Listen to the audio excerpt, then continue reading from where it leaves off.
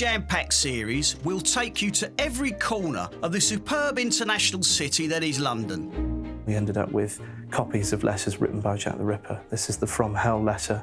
They're the best surviving copies.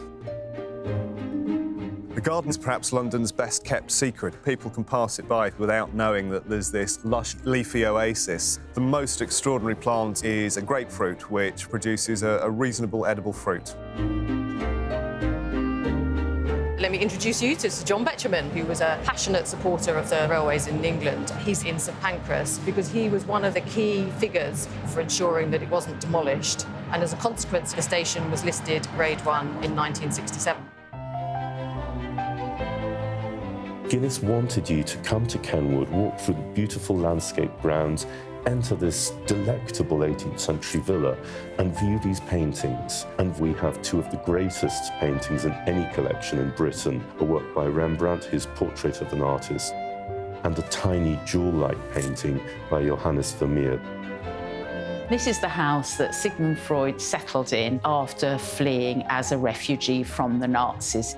And whether you agree or disagree with him, was one of the most influential thinkers of the 20th century.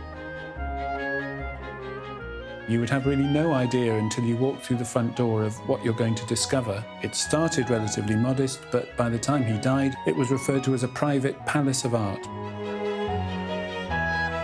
A soon-to-be very famous author called Charles Dickens got married here. We have a copy of their marriage certificate, which is part of an ongoing exhibition about Dickens's life and work.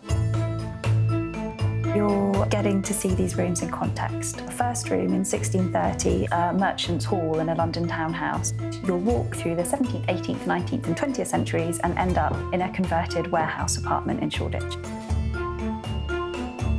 The hall has become noted for its natural acoustic and is particularly good for large-scale orchestral, chamber and choral music.